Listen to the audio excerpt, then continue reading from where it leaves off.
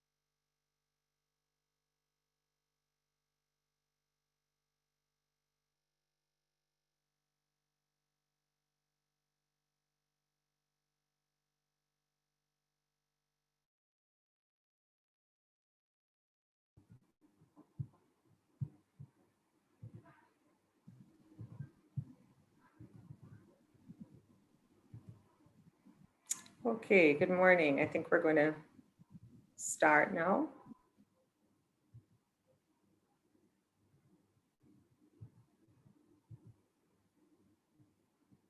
Morning, everyone. Welcome. Thank you for joining us today. We're about to begin. I know there are a few more people to log on, but we're going to go ahead and start. I am Caroline Mahfood. I am the CEO of the GraceKennedy Foundation, and I'll be your MC. Just a few housekeeping matters before we move into the formal side of the program. All speakers today will be members of the panel for the Q&A section at the end. And in addition to that, we've invited Mrs. Latoya Clark, Program Director for the SDGs at the PIOJ, and Alyssa Chacon from Grace Foods Canada to join us on the panel. We'll not be fielding questions in the chat feature in Zoom, okay? Which is where everybody's saying hello right now. Please submit your questions only in the question and answer feature in Zoom or in the chat box on YouTube. Make sure that you send your questions to all panelists, because if you send it to a specific person, we will probably miss it. Just state who you'd like to answer the question so it can be directed to the right person. Please note that we have enabled the upvote feature in Zoom, so attendees can actually click the thumbs up button to bring a popular question to the top of the Q&A window. So I have the pleasure of handing over to the chairman of the board of the GraceKennedy Foundation, Dr. Fred Kennedy, to bring the welcome. Thank you, Caroline. And this is exciting. We're broadcasting out to about 16 different countries worldwide. So welcome and to our 32nd GraceKennedy Foundation lecture. A Greek philosopher once declared, change is the only constant in life. And the year 2020 has certainly proven this to be true. Coronavirus has upended every aspect of our lives. In March, plans were well underway for the annual lecture to be held, as is the tradition, at the Jamaica Pegasus Hotel. But with little notice, restrictions, including the banning of large gatherings, were introduced to curb the spread of COVID-19. We quickly realized that we needed to alter course during this time of unprecedented change, to rise to the challenge in the true spirit of GraceKennedy of turning adversity into opportunities. GraceKennedy Foundation welcomes each of you today to our first online public lecture via Zoom and YouTube. I'd like to make special mention of the following honored guests and groups who have logged on.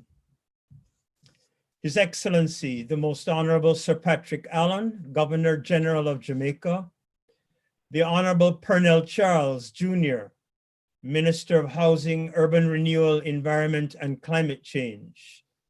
Congratulations, sir, on your new ministerial appointment.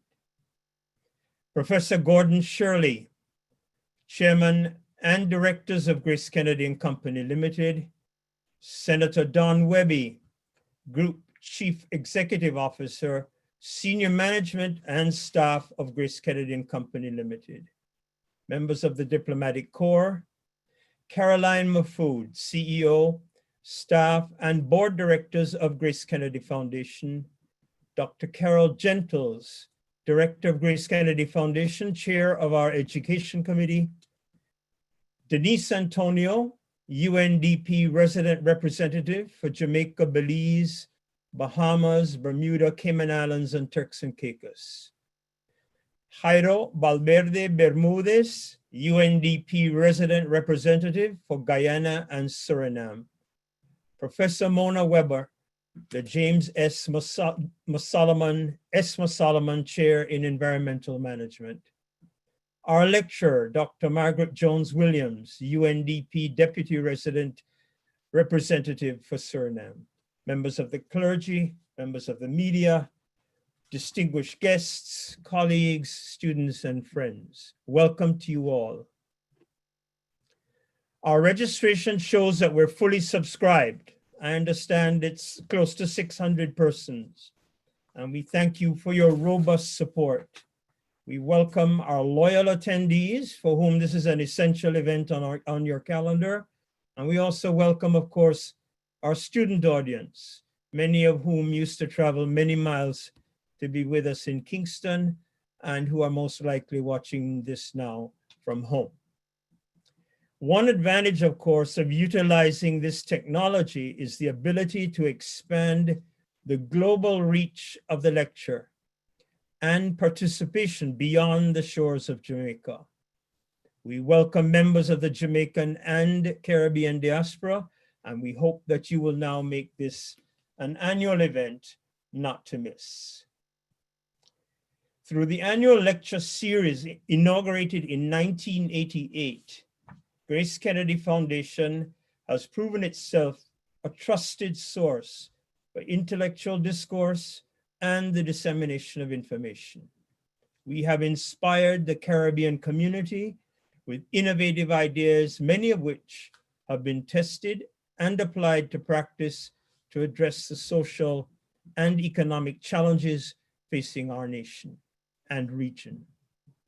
We have developed a community within Jamaica for implementing sustainable change in the areas of education, the environment, and healthy lifestyles.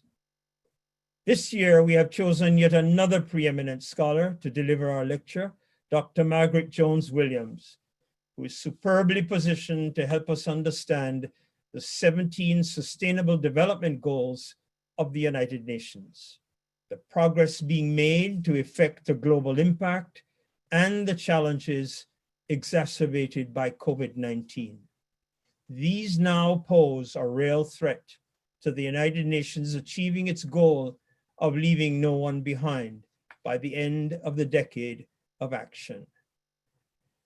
We are confident that you will find the lecture inspiring and thought-provoking, and that, very importantly, that you will see its relevance to whichever group you represent, whether it be government, the private sector, academia, or civil society. We look forward to a lively and stimulating discussion, and we thank you all for joining us today.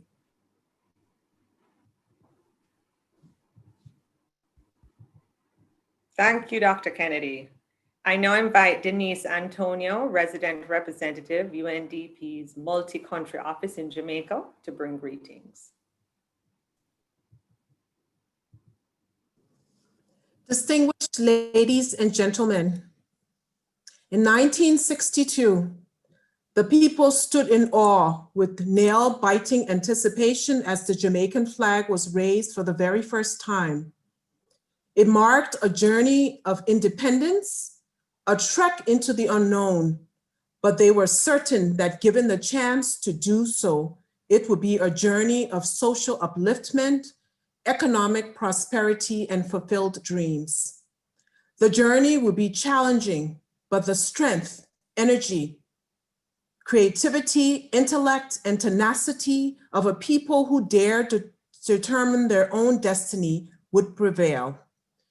The nation's unquenchable desires and aspirations were culminated in the unprecedented development of a people-centered and a bipartisan Vision 2030 Jamaica National Development Plan, with its 4 inspiring national goals to empower Jamaicans to achieve their fullest potential in a secure and just society, enjoying economic prosperity in a healthy, natural environment. Jamaica's Vision 2030 is connected to a larger set of 17 ambitious sustainable development goals adopted globally in 2015. The SDGs are an eclectic blend of desires to advance people, planet, and prosperity, buttressed by peace and partnership. They are universal, applicable to every nation, sector, city, business, school, organization, community, and individuals. They are interconnected and transformational, and to achieve them all, which we must, it requires disruptive thinking, practices, and new paradigm shifts in how we live. The SDGs are the latent promise of a girl or a boy to reach his or her fullest potential, nurtured by a well-educated, innovative, and outstanding achievements. The SDGs are expressed in zero poverty, no hunger, access to clean water, sanitation, and affordable energy and clean energy for all. The SDGs are manifested in the joy of safe births, the unfettered access to world-class services, the reward of decent work, the sustainable and equitable use of natural resources, unbridled economic development, and the lasting piety. The SDG is seen in the abandoned laughter of a child who will dream, and that dream can become a reality in a transformed Jamaica where no one is left behind. While progress has been made, Jamaica, like many Caribbean small island developing states, face many similar challenges of relatively low economic growth, high debt, high unemployment, especially among youth, persistent poverty and inequalities, high energy costs, and more frequent and severe natural disasters, climate change impact, environmental degradation, and now COVID-19 pandemic. This is the significance of the SDGs. They offer opportunities for global solutions and partnership while addressing national and local challenges. We call them global, yet local. This is why UNDP has partnered with the government of Jamaica to localize the SDG by contributing to the policy and institutional framework to achieve the goals. As a result of this partnership, so far, Jamaica's Vision 2030 is 90% aligned to the SDG, making Jamaica among few countries globally with this tremendous result. Development and subsequent cabinet approval of a roadmap for SDG implementation, completion of its first SDG report and voluntary national review in 2018, and an innovative online monitoring and reporting platform to track the progress of Vision 2030 and the SDG. As I close, I would like to commend private sector companies like GraceKennedy for doing their part towards advancing the SDGs.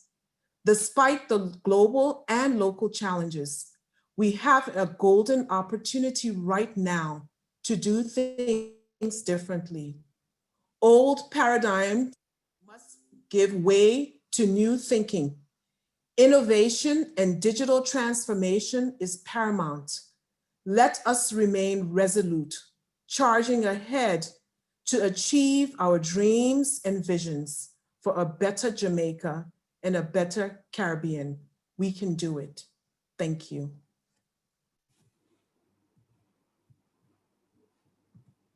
Thank you so much, Denise. I mean, I really think you have succinctly just created the context for why this critical topic needs to be addressed. And we're really glad that you could join us all the way from Ghana today. So thank you so much. Next, I would like to invite last year's lecturer, one of them, and the holder of the GraceKennedy funded James Solomon Senior Chair in Environment at the University of the West Indies, Professor Mona Weber, to introduce our lecturer.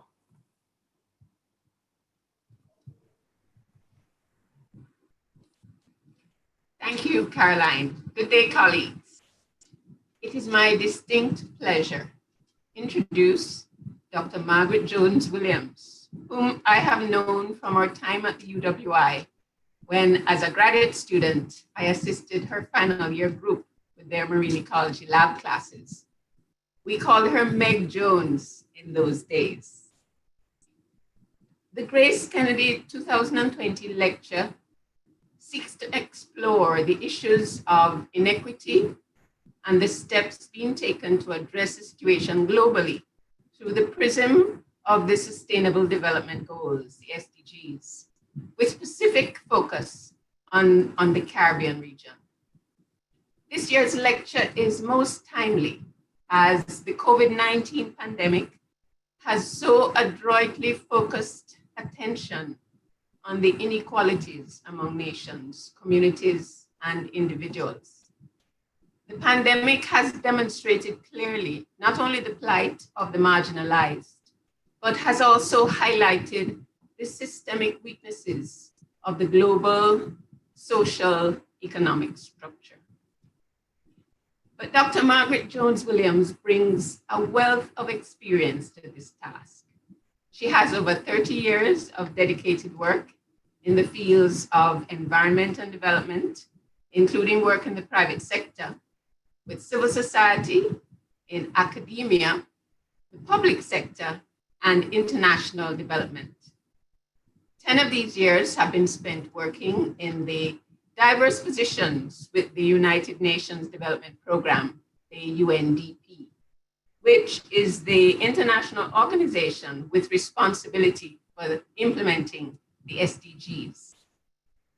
Dr. Jones Williams served at the UNDP's Jamaica Country Office between 2009 and 2014. Here she provided leadership in strategic programming and management of the environment and energy portfolio. And this included the areas of natural resource management, energy efficiency and security, climate change adaptation, and disaster risk reduction. This is one of many long lists throughout this introduction. While at the Jamaica Country Office, Dr. Jones Williams supported the government of Jamaica in the preparation of several national policy documents, including the National Ocean and Coastal Zone Management Policy, the National Biodiversity Strategy and Action Plan, and the National Adaptation Strategy for Climate Change and the Water Sector. Between 2014 and 2019, she served at the country office in Leo, the People's Democratic Republic, PDR. Here she held the diverse portfolio of climate change adaptation and mitigation, energy efficiency, disaster risk reduction, biodiversity conservation, sustainable forestry, livelihoods development, and disaster flood response. Since 2019, Margaret has served as the Deputy Resident Representative, or the head of office, at the UNDP in Suriname. Dr. Jones Williams has always shared her knowledge and contributed to the development of environmental studies by way of lectures, presentations, and publications in her capacity as a lecturer in the then Department of Zoology at the University of the West Indies.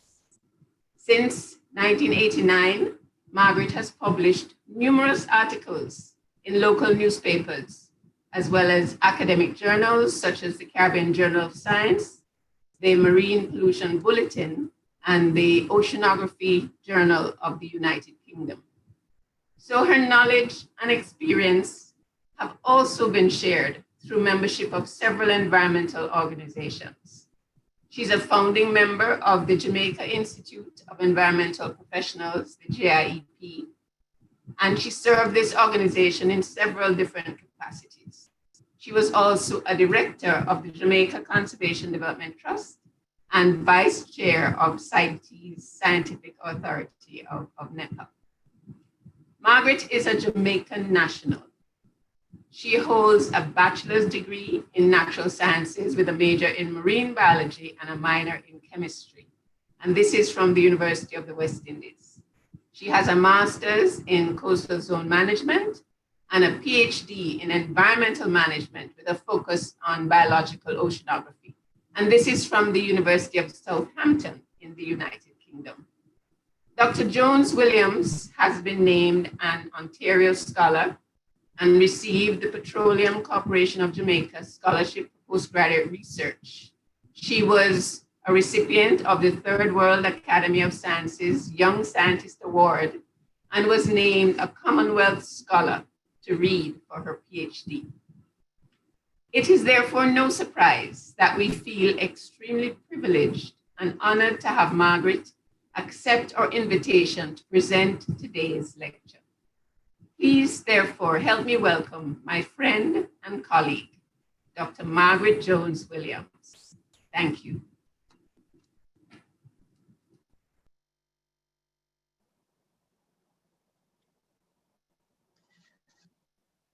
Thank you, Dr. Kennedy. Thank you, Denise. And thank you, my colleague and friend, Professor Mona Webber.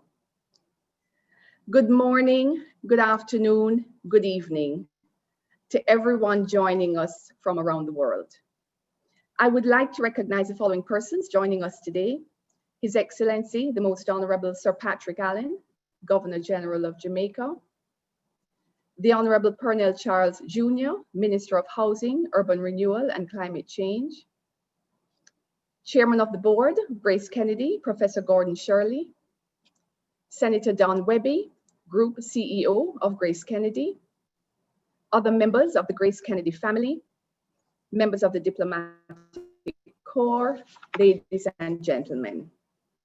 I must say thank you to the GraceKennedy Foundation for inviting me to be the lecturer for 2020 in this lecture series, which has been running consistently for many years. The significance of this is not at all lost on me, as I have considered the lecturers that have preceded me. To Caroline Mahfood and Charmaine McKenzie for their guidance and immense patience during this process. To Tamai Edwards for good research assistance. To Dr. Kennedy Thank you, sir, for the conversations that we had, which have been inspiring and encouraging.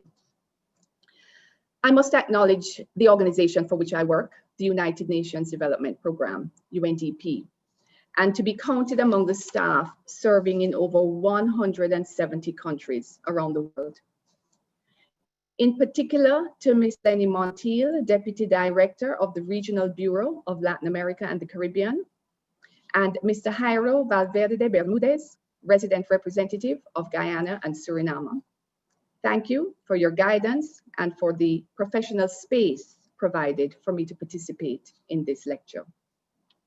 To the UNDP family, at headquarters, regional office, and country office levels, including resident representative joining us here, Denise Antonio, Richard Kelly, and Gillian Scott from the Jamaica country office, Vanessa Hidalgo from the Panama regional hub, and Julissa Marte from the Suriname country office.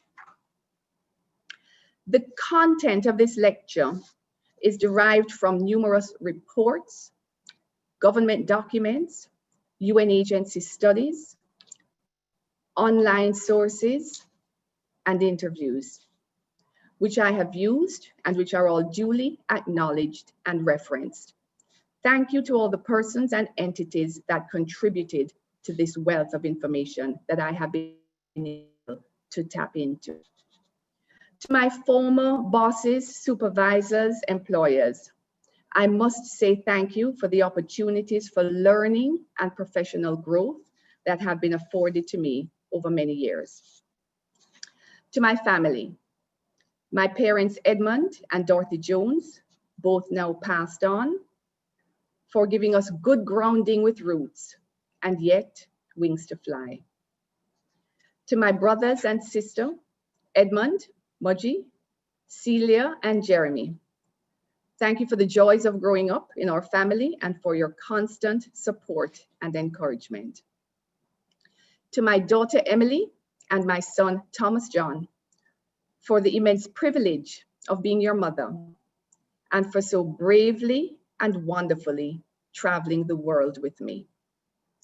Thank you all.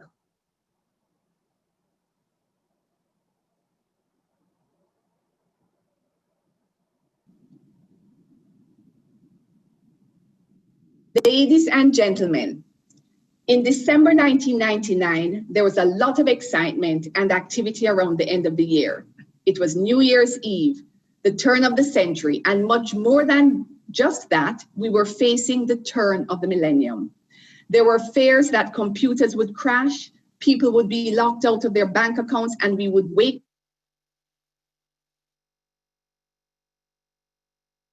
up to see a very different world.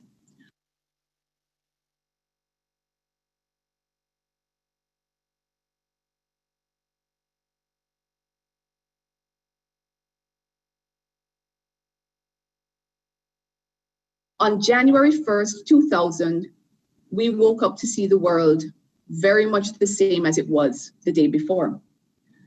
Later that year, world leaders gathered at the United Nations headquarters in New York for the Millennium Summit to discuss the role of the United Nations at the turn of the 21st century. The Millennium Summit was focused on various global issues such as poverty, AIDS, fair benefit sharing. After 3 days of deliberations, the United Nations General Assembly adopted some goals regarding peace, development, and environment. Coming out of the summit was the Millennium Development Goals. 8 goals: to eradicate extreme poverty and hunger, to achieve universal primary education, to promote gender equality and empower women, to reduce child mortality, to improve maternal health, to combat HIV and AIDS, malaria, and other diseases, to ensure environmental sustainability, and to develop a global partnership for development. By the end of the targeted 15-year period, and at the deadline of December 2015, several of the MDGs were achieved. The Millennium Development Goals report of 2015 showed that efforts over the 15-year period had produced some successes. Since 1990, the number of people living in extreme poverty had declined by more than half. The proportion of undernourished people in developing regions has also fallen. The primary school enrollment rate in the developing regions has reached 91%, and many more girls are now in school compared to 15 years before. The under 5 mortality rate had declined by more than half. Halving the number of people below the poverty line was significant for all countries. In Jamaica, there were also achievements recorded on the MDGs. Halving the number of people below the poverty line and the number of people suffering from hunger. Improving the primary education enrollment. Being on track for combating HIV and AIDS. Being on track for access to reproductive health and basic sanitation and drinking water. And the country had the development of Vision 2030 Jamaica, a national development plan. However, there were also challenges reported. There were still issues related to gender equality, to the child and maternal mortality targets, debt repayment, environmental sustainability, high rate of homicides, and a high vulnerability to hurricanes, floods, earthquakes, and economic recessions impacting all of this. While the commitment to the Millennium Development Goals was strong, and there were several achievements recorded, the job remained unfinished for millions of people around the world who still lived in poverty and who lacked access to basic services. World leaders recognizing that by 2015, the MDGs would not all have been achieved, began dialogue on what would be done after the 2015 timeline. A new framework called Agenda 2030, the Sustainable Development Goals, were agreed in 2015. For approximately 1 year, through national consultations, thematic dialogues, and a global survey called My World, the perspectives of over 1 million people were collected. Special efforts were made to broaden what we call the inclusivity agenda to ensure that we can reach out to everybody, the poor, the marginalized, the vulnerable.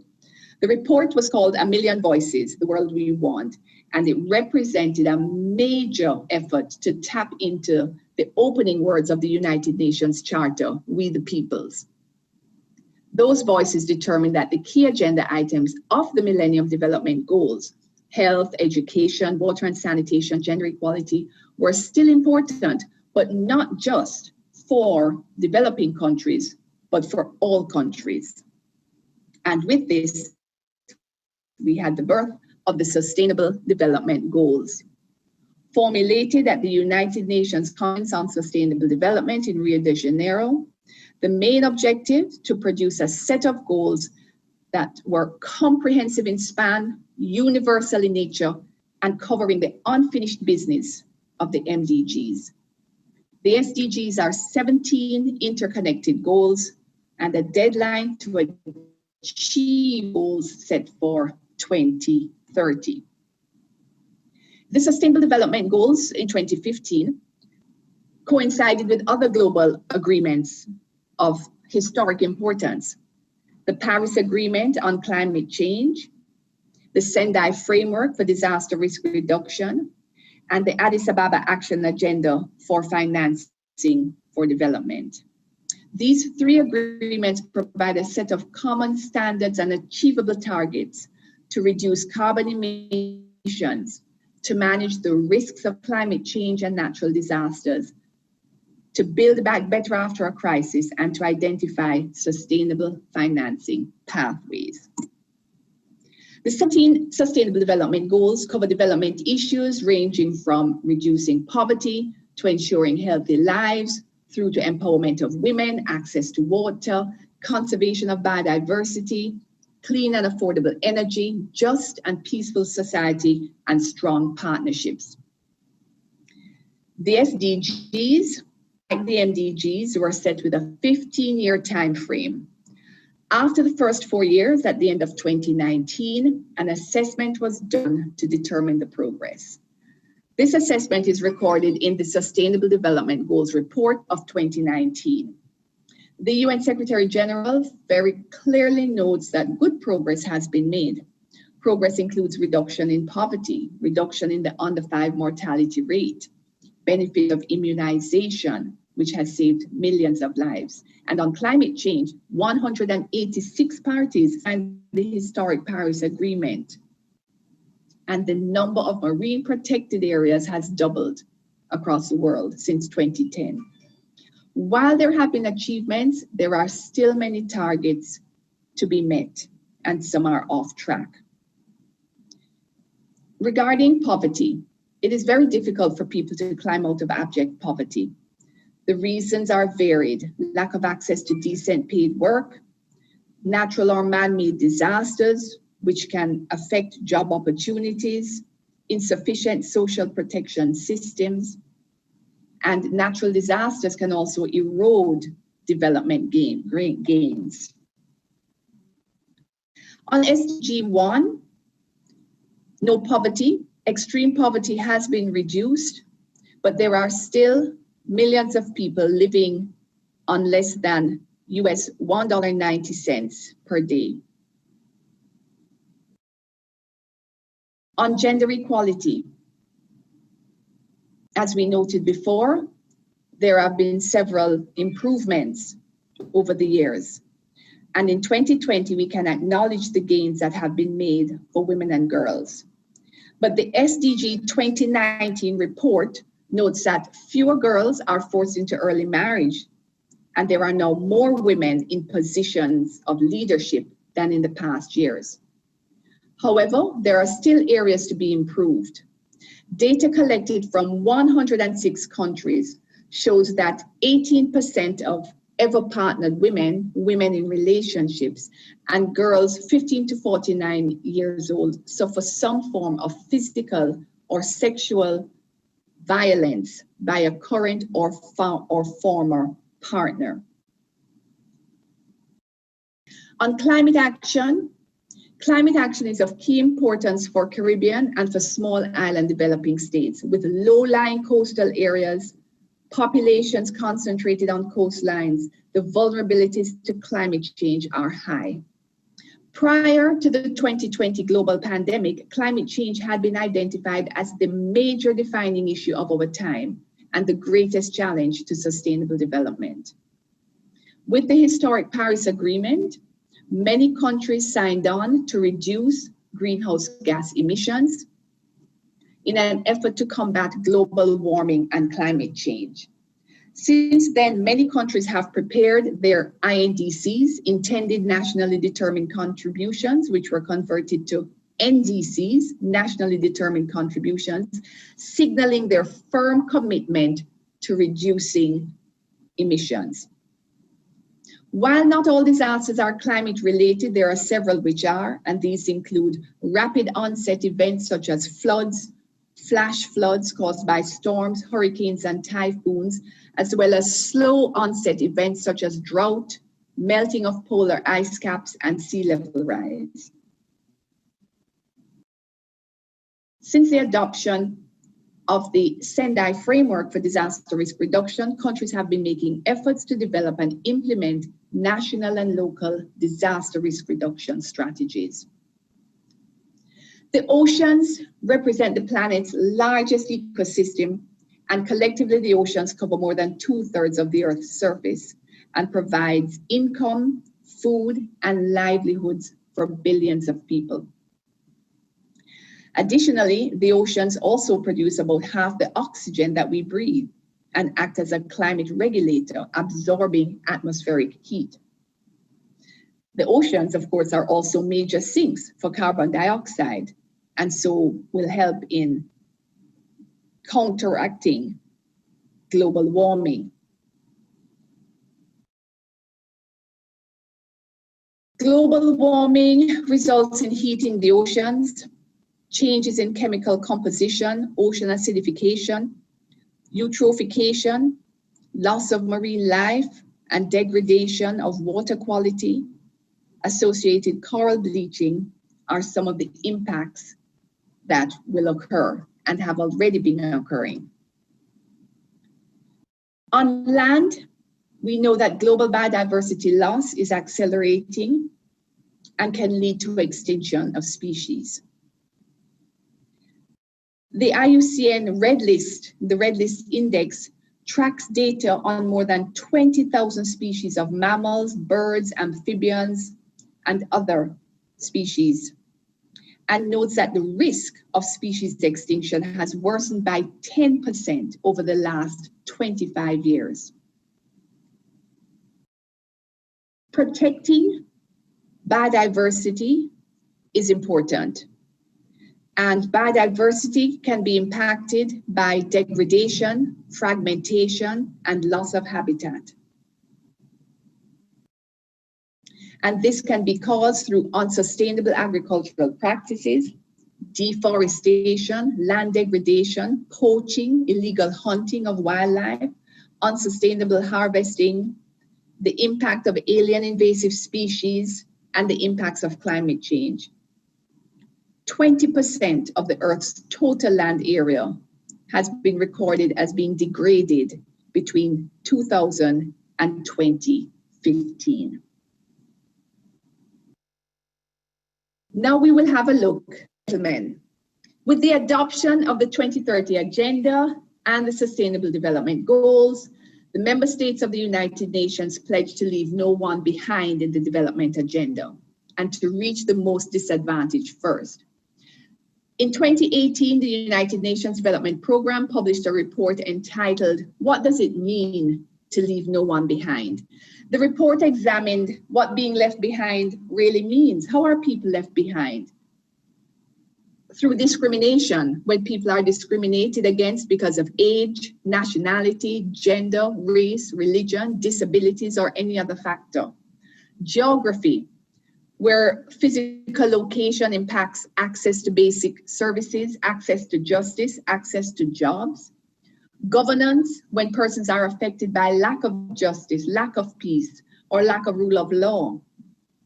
Socioeconomic status, when people have no access to decent work, when they are affected by inherent social divides, when they're unable to access education. Shocks and fragility, when people have no buffer against internal or external shocks brought on by economic downturns, brought on by conflict, by disasters, by personal loss, brought on by the issues we're now seeing in this global pandemic. So how can we address this? The report speaks to 3 levers of change. How can we ensure that we leave no one behind? First of all, we must examine the facts. We must utilize data and science. We must look at disaggregated data, people-driven data. Look at data that is culturally appropriate, sensitive, and timely. We must also empower people by providing them the opportunities to speak, to make their voices heard through consultative processes, through gender-sensitive consultative processes. And then we must enact relevant policies, strategies, legal and regulatory frameworks, supported by adequate financial resources, by technology and expertise, helping to build the capacity to address these issues.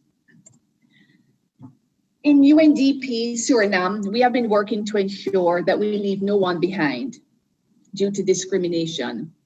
Under UNDP's electoral support program, this year we had an activity that focused on persons with disabilities.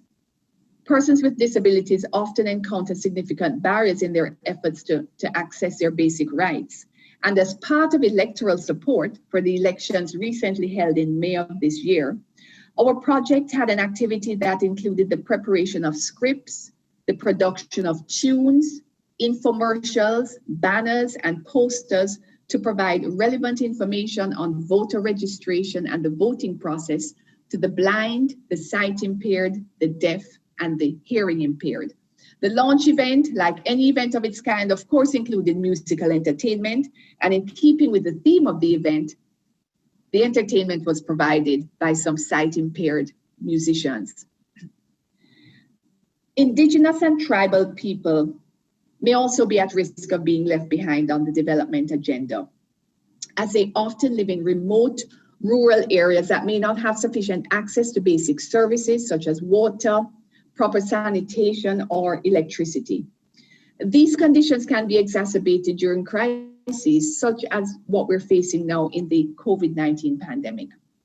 UNDP Suriname is currently seeking to find out more about the challenges being faced by the indigenous and tribal people living in the Surinamese Amazon. In partnership with our headquarters, the government of Suriname, and the umbrella organization called the Association of Traditional Leadership, UNDP has recently deployed a rapid digital socioeconomic assessment through the deployment of 300 questionnaires to households of indigenous people. This work is ongoing, the analysis is being done, and this will help to inform us on the specific needs of the indigenous people living in the interior to ensure that they are not left behind. In Latin America and the Caribbean, indigenous people represent about 8% of the population, speaking over 500 different languages. Indigenous people are overrepresented in the poverty figures, about 14% in the poverty figures. The remoteness, the lack of basic services, and various other aspects, again, as I've said before, put them at risk of being left behind. In the Caribbean, in June 2015, a symposium was convened by UNECLAC, the Economic Commission for Latin America and the Caribbean, by the sub-regional headquarters in the Caribbean. And this meeting discussed the transition from the MDGs to the SDGs and the SDGs themselves in the Caribbean context, the challenges and the prioritization for the region. That meeting ended with the Caribbean countries identifying 12 of the 17 SDGs to be prioritized. Not listed among these were SDG 1, poverty, SDG 6, clean water and sanitation, SDG 11, sustainable cities and communities, SDG 12, responsible consumption and production, SDG 15, life on land. Since then, all 17 SDGs have really taken their place in terms of prioritization. While the governments have committed to the 17 Sustainable Development Goals, the UN has also encouraged countries to document and share their progress. This is done through a system of voluntary reporting called the Voluntary National Review, or the VNR. The VNRs, they are voluntary, they are country-led, and they're expected to be evidence-based in documentation and transparent and inclusive in their preparation. The purpose of the VNR is to track and monitor the progress and the achievement of the SDGs, to encourage participation of a wide cross-section of stakeholders, to focus on vulnerable populations, and also to be forward-looking in terms of long-term development objectives. The VNRs are expected to also promote a level of accountability to the citizens of a country. In preparing the VNRs, countries can get assistance. There's a guidance for preparing VNRs in the VNR Handbook. And the VNR Handbook of 2020 actually draws on the experience and reporting of those countries that have already completed and submitted their own VNRs. Now, despite the global pandemic this year, many countries are pushing ahead on their SDG implementation and on trying to focus on reaching their SDG targets and in doing their reporting. 47 VNRs have been submitted from various regions of the world in 2020. For Jamaica, Jamaica submitted its voluntary national report in 2018. The Jamaica VNR has case studies on SDG 7, on affordable and clean energy, and SDG 5 on gender equality. The Planning Institute of Jamaica is the government agency focal point for the SDGs, and strong stakeholder consultations were held across many sectors and disciplines to inform the process. The Jamaican Vision 2030, the National Development Plan, is aligned with the SDGs, and Jamaica has aligned all of its goals and national outcomes in its National Development Plan with particular SDGs. So, ladies and gentlemen, where are we now? The SDGs have so far had good momentum, strong buy-in from governments, wide participation from non-government partners and civil society, commitment to reporting, and some achievements recorded. But at the beginning of 2020, just 10 years off the SDG deadline, the decade of action began. 10 years to achieve an ambitious set of 17 goals. 10 years to achieve Agenda 2030. A race to the finish line. How are we all going to achieve this? UNDP is the main development arm of the UN, on the ground in approximately 170 countries and working towards eradication of extreme poverty, reducing inequalities, and eliminating exclusion and marginalization. UNDP's programs are implemented along 6 signature solutions. Signature Solution 1, keeping people out of poverty, where UNDP interventions include job creation, decent work, restoration of livelihoods after crises, providing access to basic services like water, sanitation, and energy. Signature Solution 2, governance for peaceful, just, and inclusive societies. UNDP works with national parliaments, with Supreme Courts, with civil service, regional and local bodies, with the aim of creating societies that are peaceful, just, safe, and secure. Signature Solution 3, as we all know, crises can result from natural hazards, man-made events, various forms of conflict, crises such as a global pandemic that we are in now, and this can increase vulnerabilities. UNDP helps to reduce the risk of crises by supporting countries and communities to better manage and respond to conflicts, to prepare for shocks, and to recover after an event. This particular signature solution also focuses on capacity building, disaster risk reduction, climate mitigation, climate change adaptation, crisis recovery, and peace building. Signature Solution 4, on the environment, nature-based solutions for development. The environmental assets, ecosystems, forests, wetlands, drylands, rivers, oceans, biodiversity are the basis for a healthy planet, and we must work towards that. UNDP supports countries in the establishment and management of parks and protected areas, in harvesting sustainably forest and ocean resources, and in promoting green economies. Signature Solution 5, on clean, affordable energy. UNDP is helping countries to transition away from the use of fossil fuels and towards clean, renewable, affordable energy. UNDP's sustainable energy portfolio spans more than 110 countries and includes partnerships with cities and industries, as well as private sector. Signature Solution 6, women's empowerment and gender equality. While significant advances have been made in gender equality and improving conditions, opportunities, education, access to decent work for women and girls, there is still a gap to be addressed. For UNDP, gender equality and women's empowerment are guiding principles that are mainstreamed across our projects and programs.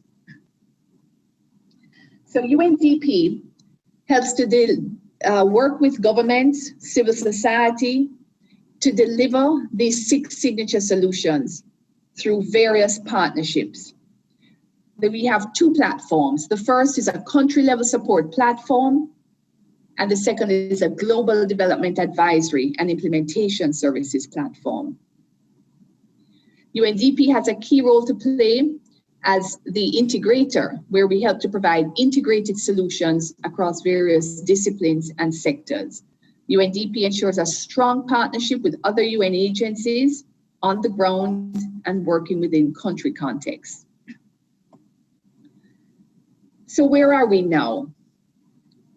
At the beginning of 2020, the Decade of Action was launched, and it was recognized that the world was not quite on track to achieving the SDGs. And the Decade of Action was to raise the level of ambition, to accelerate actions towards achieving the SDGs. And then we were faced with the reality of the global pandemic.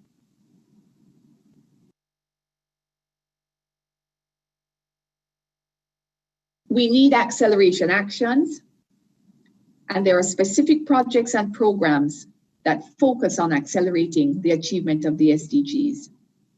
As at August 2020, there were 221 acceleration actions that had been registered by governments, by civil society, by private sector, by academia, by UN agencies, and by individual citizens.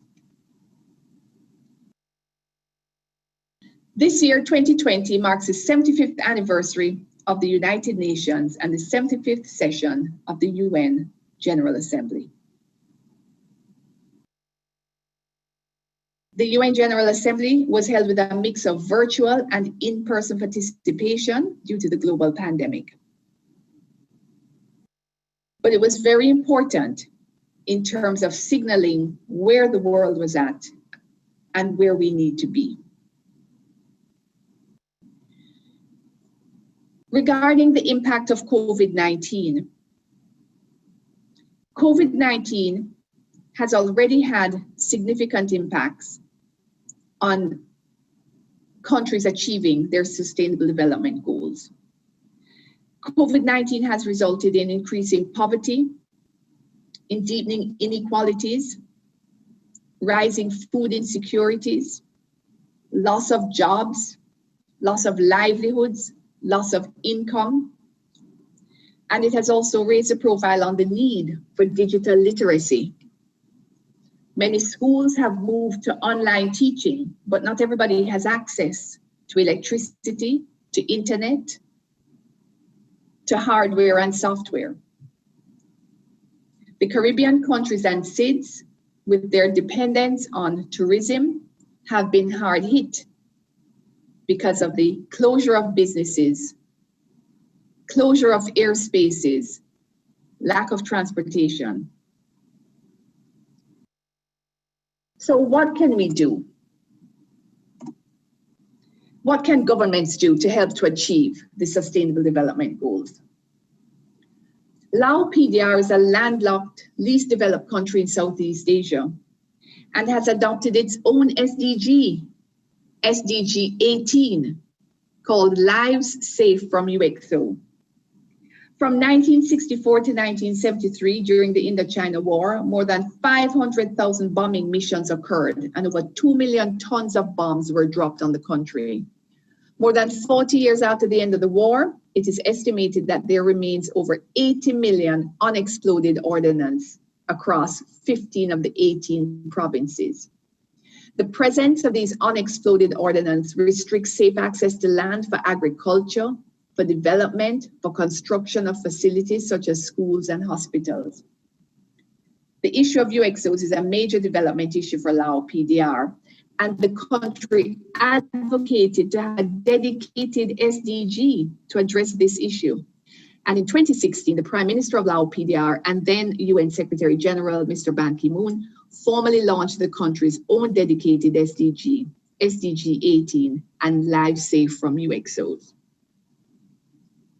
Clearing UXOs in Laos PDR is a costly, labor-intensive technical exercise. Laos PDR, in their voluntary national review, reports that the numbers of casualties have dropped from 302 in 2008 to 41 in 2017. So good efforts are yielding good results. What can we do as individuals. We should all look for opportunities to contribute, however big or small. Across the spectrum of the 17 SDGs, think of what the needs are in your country, in your community, in your own family. Ms. Judith Brill, who works with the United Nations Population Fund, the UNFPA in Suriname, one of my UN colleagues, is a blood donor, and she has been regularly giving blood since 2002, contributing to SDG 3 on good health. Ms. Brilla made what she calls a decision of conscience to become a blood donor and to help save lives by providing much needed blood to the blood bank. In this process, Ms. Brilla also discovered that she was taking care of her own health and well-being, because before giving blood, she was required to provide information on her lifestyle, on her health, on risk factors, on illnesses, and various other medical information. So now she has an obligation to provide healthy blood, and so she takes care of herself. Ms. Brill has given blood approximately 40 times over the past 18 years and even received an award from government, a government incentive. And she continues to give blood even during this pandemic. What else can governments do? The government of Jamaica had done their MAPS mission, mainstreaming acceleration and policy support, to adapt the Agenda 2030 to the local situation. And they're leading efforts to mainstream the SDGs in sustainable development plans. In Trinidad and Tobago, the Port of Spain City Corporation had a project making the capital city inclusive, safe, resilient, and sustainable towards achieving SDG 11. And this was focused in the business districts. In Suriname, the Ministry of Regional Development organized local workshops with youth groups, indigenous people, academia, and private sector to adapt the SDGs to the local context. This is what we call localizing the SDGs. These workshops helped raise awareness and define ways for local and regional authorities to achieve the 2030 agenda. What can private sector do? The GraceKennedy Foundation has an initiative, the GK Campus Connect Food Bank, and this supports students attending university that are facing food insecurity. The students are provided with food packages on a bi-monthly basis. All the GraceKennedy Foundation programs are aligned with and measured against the Sustainable Development Goals. The private sector organization of Jamaica, the PSOJ, has established a COVID-19 relief fund. And this fund has over 1,000 donors in partnership with the Council of Volunteer Services, the United Way, American Friends of Jamaica, and multiple SDGs in action, especially SDG 17 on partnerships. What can academia do? The Sir Arthur Lewis Institute of Social and Economic Studies, SALISIS, at the University of the West Indies has done a lot of research on the SDGs in Jamaica, and in a published report called the Leave No One Behind report. The Commonwealth Scholarship Commission in the United Kingdom celebrated its 60th anniversary in 2019. As part of the celebratory activities, several events were planned. As a Commonwealth scholar, I was privileged to be invited to participate in the activities as a guest speaker. And I was invited to speak to the current Commonwealth scholars, to share my own experience as an international student, my academic research, and my career path. The event was entitled Commonwealth Scholarship Commission Knowledge Exchange, celebrating the impact of scholars in working towards Sustainable Development Goals. As part of the event, current research students gave information on the work that they were doing. And a pivotal moment was when each student started their presentation by explaining how the research topic was aligned to an SDG, naming the SDG and its number. This was a requirement of the University of Southampton's graduate program. With this simple step, academia supported the SDGs and their mandate, used their resources to further the cause of development, and moving pure science into applied science, also essential for tracking and monitoring the SDGs. That academic research, yes, contributed to SDG 4 on quality education, but I also heard about SDG 3 on good health and well-being, SDG 6 on clean water and sanitation, SDG 2 on zero hunger, and of course, SDG 17 on partnerships. I would like to end this presentation with a short video clip of the UN Secretary General with his appeal and his words to join us, to step up and to seize moment.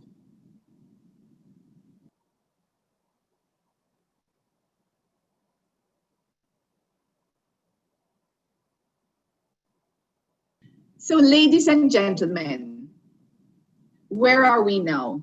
The SDGs have so far had good momentum, strong buy-in from governments, wide participation from non-government partners and civil society. The Sustainable Development Goals are the world's action plan for a fair globalization and a better future for all. We have 10 years to bring that vision to life, and we can only get there together.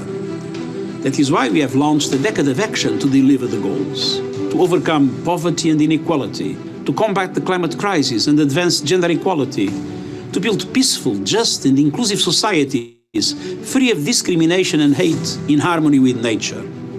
Join us, step up, seize the moment, and let us work together to meet the goals, move our world forward, and leave no one behind.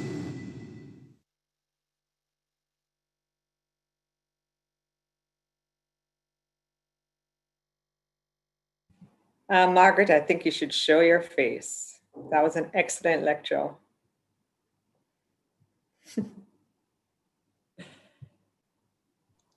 All right. Thank you. Thank you, Caroline. I believe I need the whoever is managing the IT to open my camera for me. No problem, no problem. Well, we just want to thank you for such an informative presentation. I think everybody learned a lot. It was very practical. You know, I mean, I didn't know about SDG 18. So that was very interesting, you know, to see a country taking something personal that was specific to their country and insisting that they needed an SDG that was focused on that. So, and then also just the personal examples. Your friend has given blood 40 times is just very convicting, put it to you that way. And I think we're all very challenged to focus on the SDGs, whether we're in private sector or, you know, personally or in government. We just really need to, especially with all that's happened with COVID, we really, really need to, over the next 10 years, double down our efforts to get where we need to be. So I'm going to use that. So thank you, Margaret. Everybody, you can do claps. Thank you so much for everything. So I think this is a perfect segue to go into announcing the Be the Change Challenge winners, because it highlights how young people can do their part. So our Be the Change Challenge was specifically for persons between the ages of 13 and 25. And we asked them to tell us why the SDGs were important to them. And entries were judged on how well the question was answered, their originality and creativity. And, you know, I'm super excited that we received so many really excellent entries. So I'm going to ask Dale if you can bring up the slide to show, because just to explain to the audience, we can't actually play the entries because they used music, and that music is copyrighted and YouTube is going to bounce us. So I'm just going to tell you about them. So I wanted to just mention three entries that we received that we thought were really great. Tiara Williams, who did a very, very nice video focused on SDG 4, which is about quality education. And then we had Zachary Murray of Campion College, whose entry focused on his initiative, Zach's Device Drive, which is to get donations of laptops and tablets for students in need. That's an actual initiative that is taking place right now. And he was really focused on SDG 4, quality education, and SDG 10, reduced inequalities. And then, of course, the photo by Max D Photography, which is just so powerful. And basically, he was depicting SDG 2, zero hunger. And of course, all of these persons wrote why these SDGs were important to them. So, but as I mentioned, we really can't play the winning submissions because of the copyright issue. The next slide will show you that we had an entry by Jamoy Phillips, where he focused, I love the title, he focused on climate action, and he won the prize for the most likes. He got over 1,400 votes, and he has won a gift certificate valued at $15,000 for anywhere that he'd like to go. Our second place entry was done by the Jamaica Youth Initiatives, and they won a tablet and a Grace Foods basket, and their creative piece highlighted the second SDG goal, which is zero hunger, and it was excellent, excellent. And then in first place is Aniska Christie's entry. This is a really moving video, which focused on SDG 1, no poverty. It was very, very well done, and a lot of time was put into communicating the importance of just combating SDG 1. And she won a tablet, but in addition, she won $100,000 towards a sustainable project in her community or her school. We didn't just want to give away prizes. We think it's important that it's linked to really making an impact. So we're really looking forward to working with her on this project. And so I'm going to just encourage you to go to Grace Kennedy's Instagram page to see all the entries. I want to congratulate all of the winners and all of the persons that made submissions. And it really is showing us that within our younger community that we can be the change. So we're now going to go into our question and answer section. And again, please note, in the interest of time, we probably will not be able to answer all the questions today, but we thank you in advance for your participation. Remember to state who you'd like to answer the question, and of course, submit your questions in the Q&A section on Zoom or in the chat box on YouTube. I am going to take privilege because, as I mentioned earlier, we have Elisa Chacon on the panel, and she is the marketing manager of Grace Foods Canada.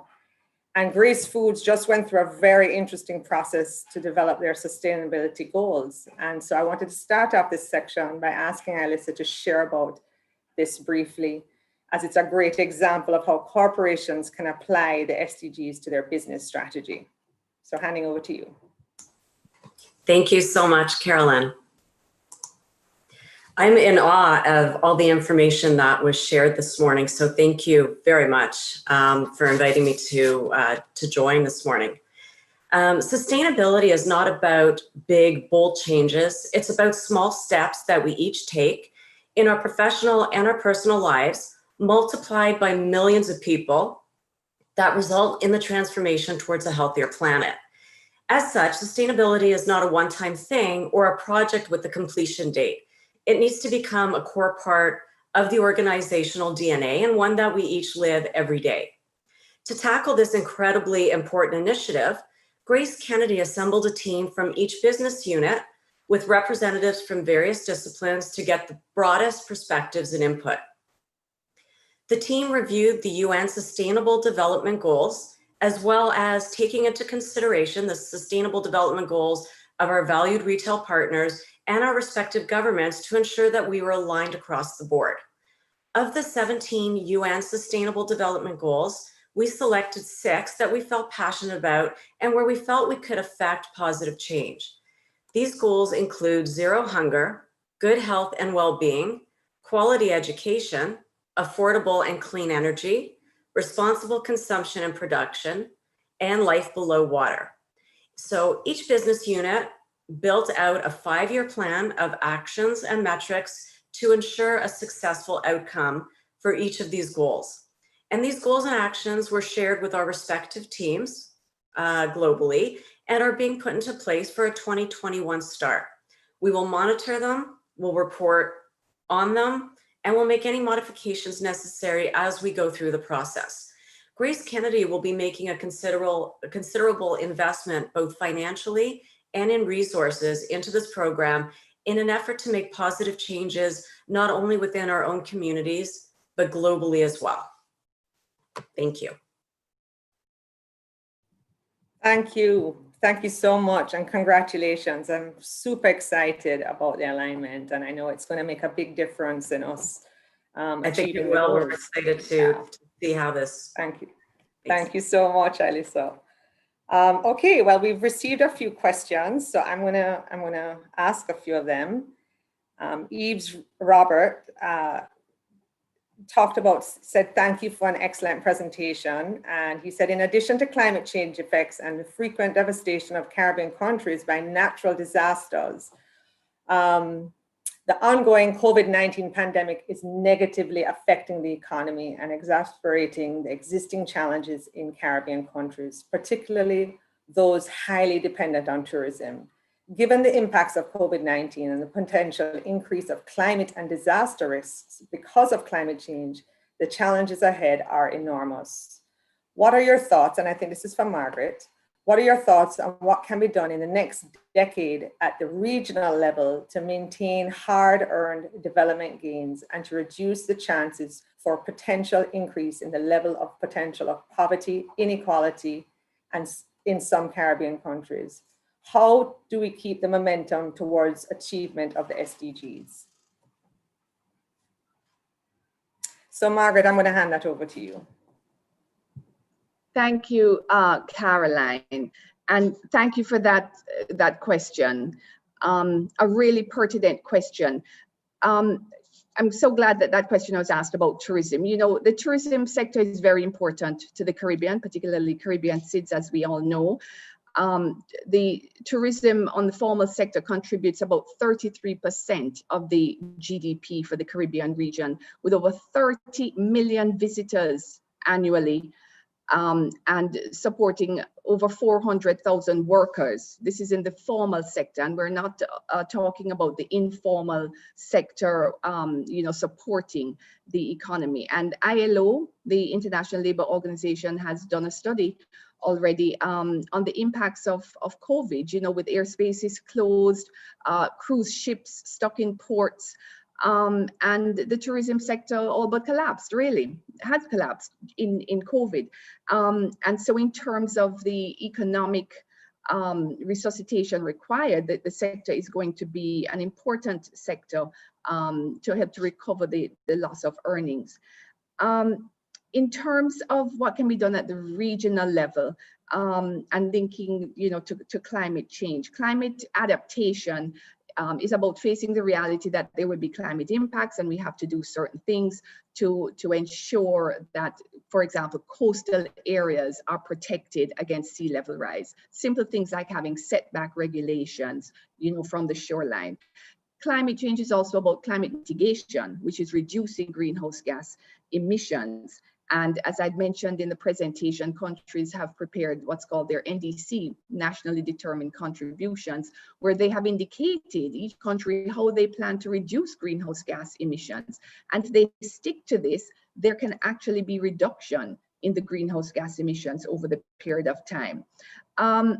What else can we do? I'd spoken about the 3 levers of change. We have to engage. We have to find out, we have to consult with people. We have to find out what their needs are. And we have to ensure that there is a strong partnership. Cannot be done by any individual entity. Governments must be involved. Private sector must be involved. Civil society must be involved. I hope that that helps to answer the question.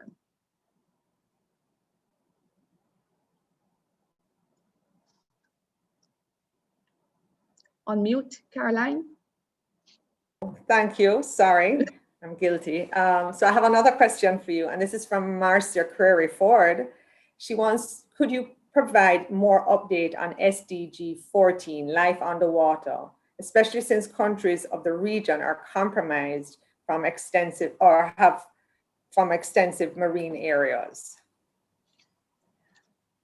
Yes, thank you. Thank you for that question, Marcia. So as I'd mentioned before, you know, the oceans are very important, again, important for the Caribbean in terms of livelihoods, fisheries, transportation, shipping lanes, and life below water, that's SDG 14, is impacted by pollution, by climate change, by shipping lanes. You know, the shipping lanes are an important part of the Caribbean, but they can also be a source of pollution. And so there's still a lot that needs to be done on that. One of the areas that can work and focus on is the determination and assignment of marine protected areas, where there are laws, policies, regulations that need to be monitored and enforced to help to protect the marine environment, particularly the coastal environment. So the policy is one side. I mentioned enforcement and monitoring also, because having policies and laws in place is not enough.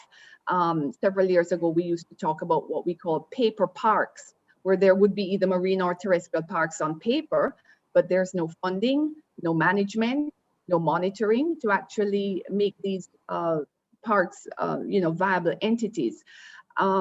And so financing, that's also an important part, the financing that needs to go into achieving the Sustainable Development Goals. Thank you, Margaret.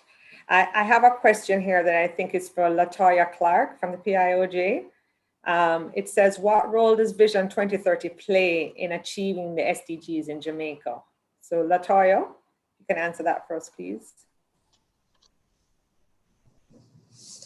Thank you, Caroline, and thank you, Dr. Jones, for such an excellent presentation.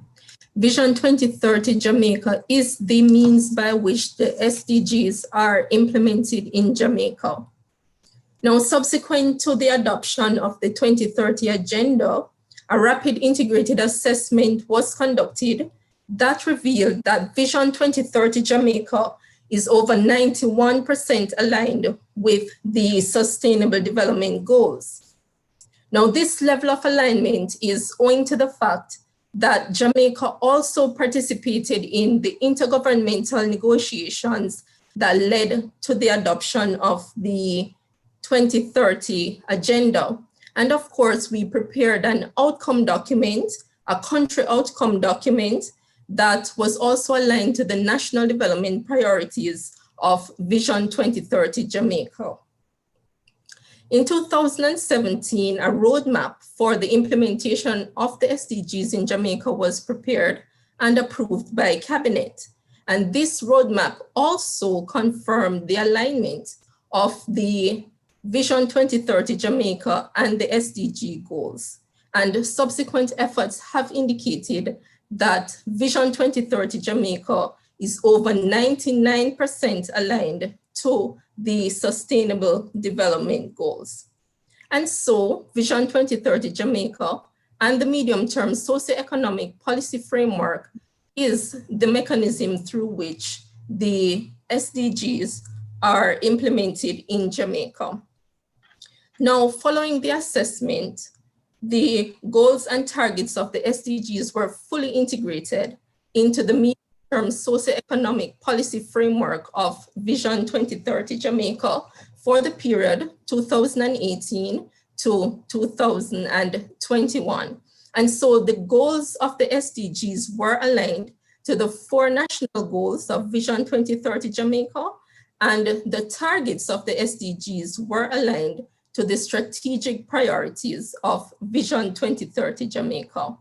Now, the monitoring and evaluation framework for the SDGs are also aligned with and integrated into the monitoring and evaluation framework for Vision 2030 Jamaica. And this includes the institutional framework, which is comprised of the core group, the National Agenda Oversight Committee, and very importantly, the thematic working groups of Vision 2030 Jamaica. And so reporting on performance on the SDGs is enabled through the planning and monitoring framework that attends Vision 2030 Jamaica through its planning and implementation process and cycles. This framework promotes both horizontal and vertical policy coherence and integration which creates an enabling environment for development. It also enables collective action and, very importantly, brings into focus the accelerated actions that were identified through the roadmap for implementation of the SDGs in Jamaica. How is this done? This is done through the identification of a set of policy bundles. And these policy bundles are effectively aligned to the 4 goals of Vision 2030 Jamaica. These policy bundles include strengthening our social protection framework, supporting the provision of care services to ensure that persons are better able to participate in the labor market, ensuring that we pursue multidisciplinary approaches to tackle non-communicable diseases. And these are aligned to Goal 1 of Vision 2030 Jamaica. Jamaicans are empowered to achieve their fullest potential. In addition, we have looked at accelerated actions under Goal 2, strengthening the effectiveness of the judicial system, improving policing, and violence prevention programs in schools, which are aligned to Goal 2. The Jamaican society is secure, cohesive, and just. Under Goal 3, Jamaica's economy is prosperous. Accelerated actions have been identified to include inclusive procurement processes, and we want to ensure inclusion of the MSME sectors, promoting economic diversification, as well as alternative livelihoods. In terms of Goal 4, Jamaica has a healthy natural environment, developing land use management practices that are effective and strengthening protected areas, as we just discussed. And so this framework of integration promotes inclusion at each level. It strengthens the framework for monitoring and demonstrates harmonization among our development results. It also builds capacity of our key stakeholders to support the process of implementation and to ensure that our monitoring and evaluation is evidence-based and is effective and promotes ownership among our stakeholders at all levels. It also strengthens communication to ensure that we reinforce stakeholder engagement and promote inclusion of all our stakeholders in our society. And so what is required at this time, as we launch this decade of action and delivery, is for an effective alignment at both the national and subnational levels of both state and non-state actors to our National Development Plan, Vision 2030 Jamaica, and the SDGs, in order for us all to create the Jamaica that we want. Thank you. Thank you so much, Latoya. It's very comprehensive information. Just, you know, I was mentioning to you when we were speaking that even the foundation, our new strategic plan, is aligned to Vision 2030 and the SDGs. I think that's just really the path that I think we all need to be going to ensure that we're focused on achieving the goals over the next 10 years. So thank you very much. Thank you, Caroline. Excellent. Thank you. I have another question here, and this is for Margaret. It's from Georgia Rookwood. It says, mention was made of the inclusion of Indigenous people. To what extent has traditional knowledge been acknowledged in contributing to disaster risk management and environmental conservation by regional bodies? Thank you for that question. And I did see a few comments in the chat box, you know, just acknowledging the recognition of Indigenous and tribal people. And as you see that they do represent a good portion within the Caribbean, and that it is important to recognize the Indigenous and tribal people, their culture, the traditions that they have, and how those can help to inform us. you know, I remember years ago doing field work, I did speak about engaging with people in the levers of change. And I also spoke about utilizing data and scientific evidence, disaggregated data. But I do remember doing field work years ago and looking at flood impacts. And I remember, you know, yes, we have the measurements and we have the data and flood levels of rivers. But I remember speaking to a gentleman, he was well in his 90s, and he said to me, "Ma'am, the water came up to here." As soon as he said that, I could visualize it.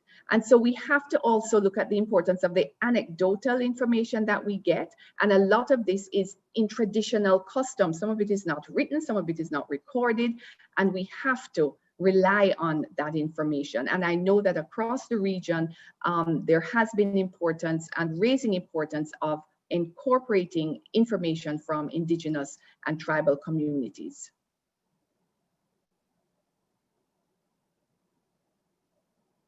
Thank you so much, Margaret. I have another question, which is linked to the title of your lecture, which is, who do you think is the group that's being left behind? Which groups are being left behind? You know, there are several groups at risk of being left behind. If we look at, you know, reports across the world, whenever there is an impact, a natural disaster, an event, it's always persons who are the poorest, who are already marginalized, living within vulnerable contexts, whether it's geographical or socioeconomic or other types of contexts, and they're always at risk.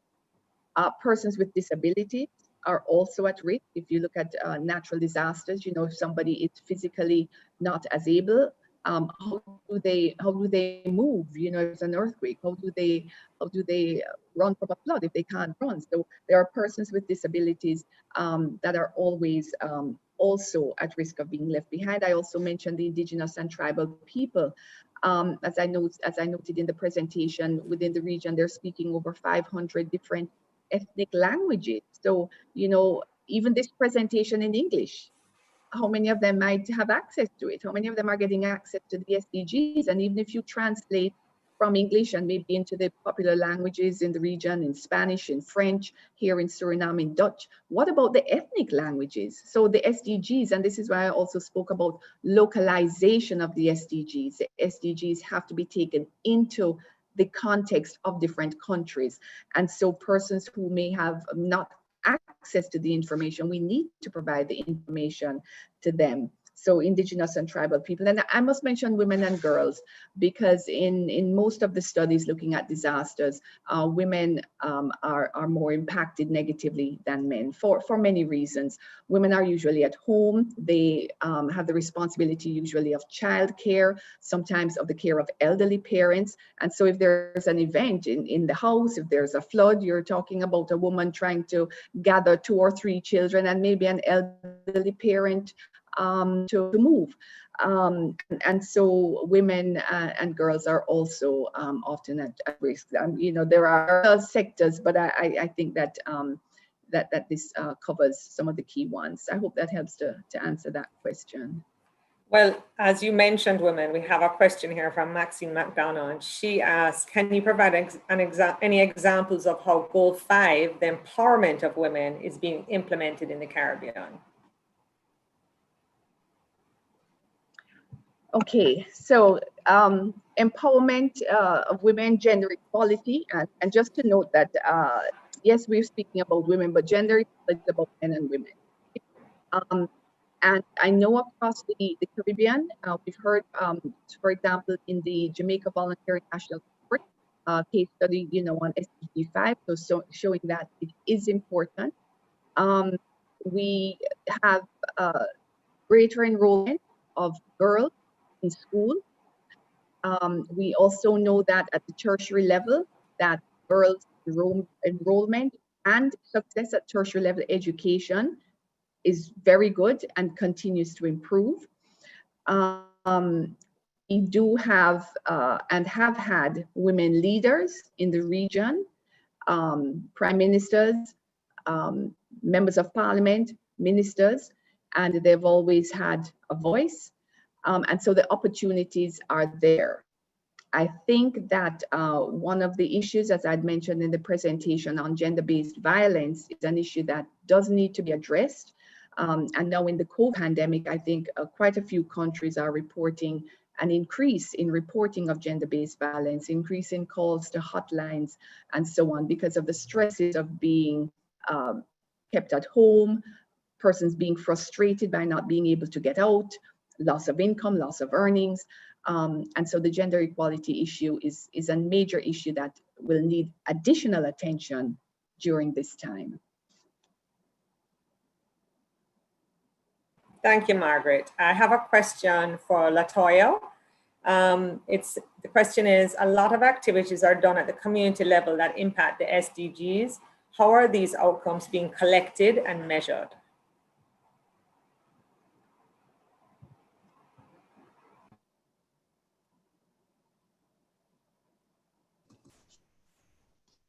Thank you for that question.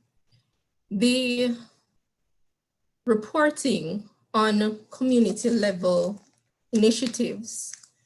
Firstly, let me point to the statistical report that is prepared on the SDGs indicators by the Statistical Institute of Jamaica, and that draws on a number of surveys that are done nationally, including our household surveys. In terms of our local reporting, the framework that is currently in place for reporting on Vision 2030 and the SDGs includes that local level framework and connecting that local level to the national level. And so it is through that mechanism that these community-led and community-driven initiatives are included in our reporting. Now, the SDGs takes a whole of society approach. And in the preparation of our VNRs, we do extensive consultations at the community level with special interest groups at the regional level. And that is a mechanism also through which we collect information on these types of initiatives and present them in our different reporting frameworks. Thank you so much. So here's another question for Margaret, and it's from Fatima. And Fatima, I'm not even going to try and pronounce your last name, so I'm just going to say Fatima. It says, thank you so much, Dr. Williams, for an amazing presentation. In line with SDG 13, in what ways does UNDP Suriname collaborate with or plan to engage national ministries to improve land management practices in Suriname, specifically in minimizing unsustainable mining and agricultural practices? And do you think regulating the field is the most effective way of reducing land degradation?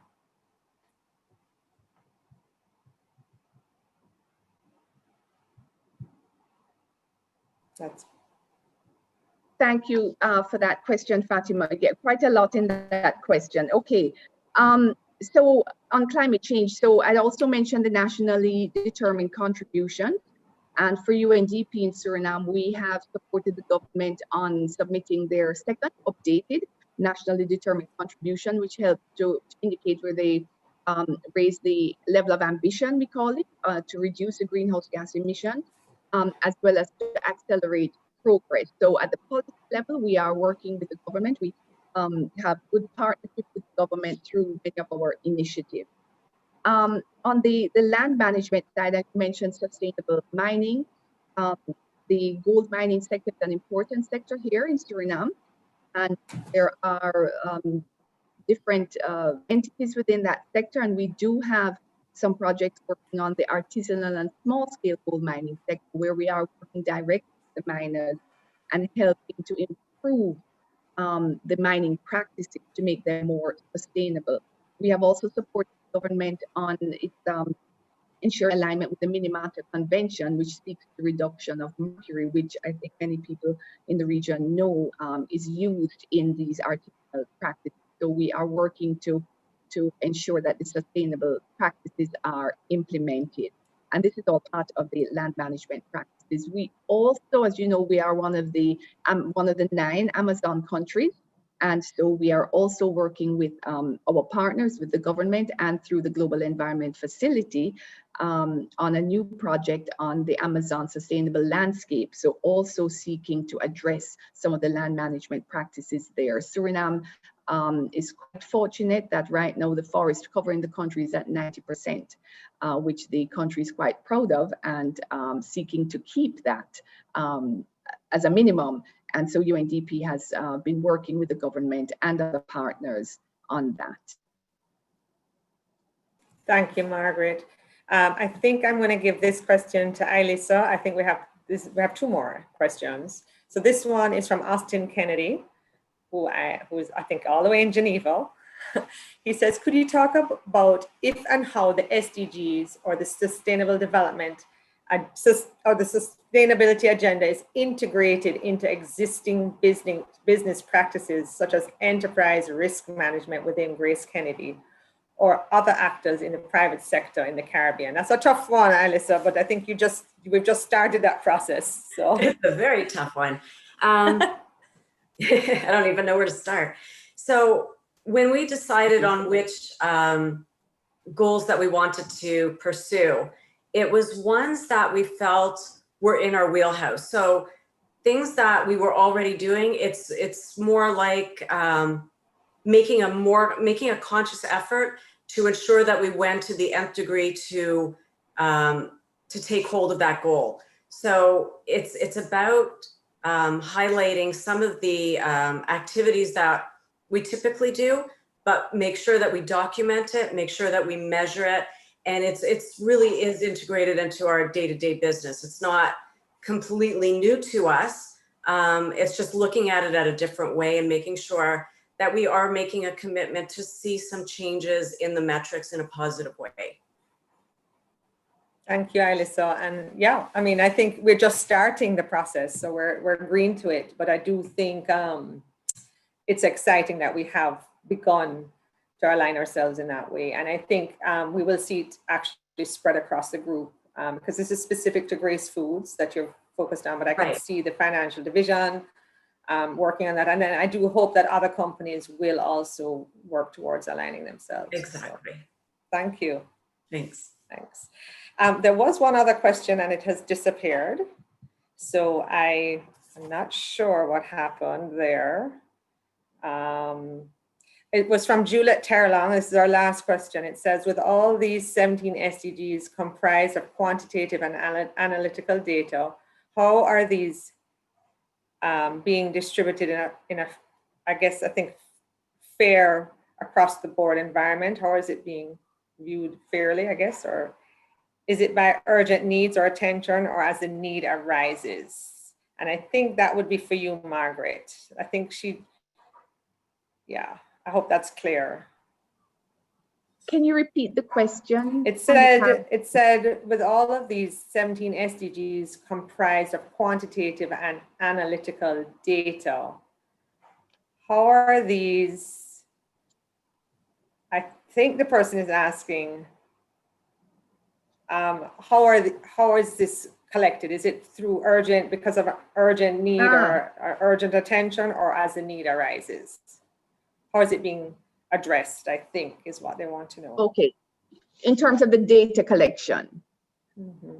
Okay, so there are the 17 goals, and as I had also indicated in the presentation, some countries, like Lao PDR, have advocated to have their own goal. So data is collected on the prioritization within the country. So some countries may want to see a greater emphasis or have need on SDG 1, for example, on reducing poverty, or on SDG 2 on reducing hunger, whereas another country may have more priority on SDG 13 on climate change. So even in the reporting of the voluntary national reviews, not all countries report on all 17 SDGs.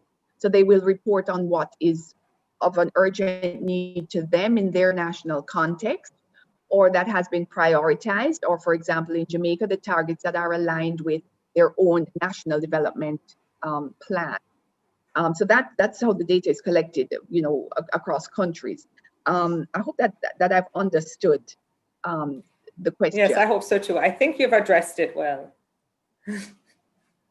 All right, so that's it. That's the question section. We appreciate everybody that sent in questions. Wait, I think there may be one. Oh no, that's just a yes, thank you. Juliet says you did answer her question. So that's Okay, perfect, awesome. good. Good. Thank you, So Juliet. now I want to thank you, Margaret, for a very engaging presentation. I'm going to just quickly hand over to Radcliffe Daly. He is a director of the Grace Kennedy Foundation, and he's just going to do a brief vote of thanks. Thank you very much, Caroline. So good afternoon, all. Today's presentation is certainly a testament to the excellent work the Foundation Lecture Committee does in selecting the lecturers who address us each year. We thank Dr. Jones Williams for inspiring and erudite presentation and for contributing to the continued reputation of excellence the Grace Kennedy Foundation Lecture Series has deservedly earned. The guidance from the team at the UNDP Jamaica Country Office was invaluable. We must say a special thank you to Denise Antonio and Gillian Scott. Special thanks also to Julissa Marte, UNDP Suriname, and Vanessa Hidalgo from the Panama Regional Hub for their support. Thank you also to our visual communicator, former GK scholar Ryan Scott, who designed the artwork for the lecture, and the GK corporate communication team, Susan Stanley, Dion Roden, Dale Beckford, and Veronica Wallace for media support. Special thanks to our editor, Charmaine McKenzie, for the production of the ebook for the lecture. And this will be available for free on GraceKennedy.com as of Monday. Remember, the recording of the lecture will also be available on Grace Kennedy's YouTube page. Thank you to all the speakers who were part of today's program. And finally, to our immediate family, the members of the Grace Kennedy Foundation board and staff, who have been working assiduously for several months to ensure the professional execution of this virtual presentation. Heartfelt thanks to all of you who joined us from wherever you may be on our planet. Let us commit to doing our part in our small corner to ensure that no one is left behind. Remembering the words of the UN Secretary General, join us, step up, seize the moment, and let us work together to meet the goals, move our world forward, and leave no one behind. We implore you to be safe and have a great afternoon. Thank you. Thank you, Radcliffe. Really appreciate that. And just to let you all know that we will be issuing a survey about the lecture and getting some feedback, and that will be sent to you along with a copy of the recording, and that the recording, as Radcliffe mentioned, is also available on YouTube. So I want to thank everyone who has participated today, for all of you that logged on. Margaret, thank you so much. And as you know, her lecture book will be available by next week, Monday, on the Grace Kennedy website. It will be free for access to anyone. So thank you again, and have a great day. Thank you. Thank you for having me, and thank you to everyone for the question. Thank you, Margaret. Thank you, Latoya. Thank you, Thank Denise. you. Thank you for having Radcliffe. me. All right.